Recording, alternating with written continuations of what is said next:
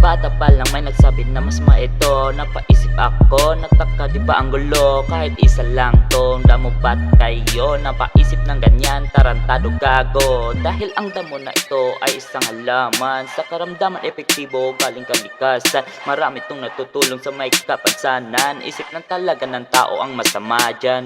Masama ba yan? Kaya sinubukan ko aking tinikman nung 12 anyos. Walang ibang nararamdaman, puro halos kalmahan, kalayaan ang nakuha ko. Ngayon 10 taon na, may nangyari ba sa akin? Di ba wala mga tanga, di pa rin kayo titkim? Di ko naman kayo pinipili pero please lang, wag makialam. Wala kayong alam sip-sip, lagi na lang sa akin nangingialam.